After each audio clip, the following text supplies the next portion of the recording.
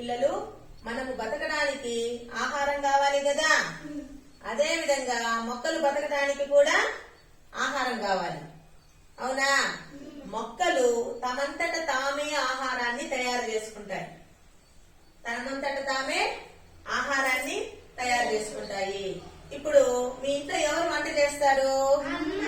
అదే విధంగా మొక్కలలో కూడా ఆహారాన్ని తయారు చేసేది ఆకులు. ఏది? మీరు మీ అమ్మ వంట చేయాలంటే రకరకాల వస్తువులు కావాలి కదా, బియ్యము, పప్పు, ఉప్పు, చింతపండు, టమాటా లాంటివన్నీ కావాలి కదా.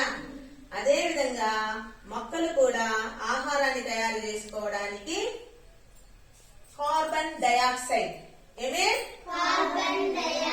కార్బన్ డయాక్సైడ్ అనే వాయువు కావాలి. Carbon dioxide. ఈ కార్బన్ డయాక్సైడ్ అనేది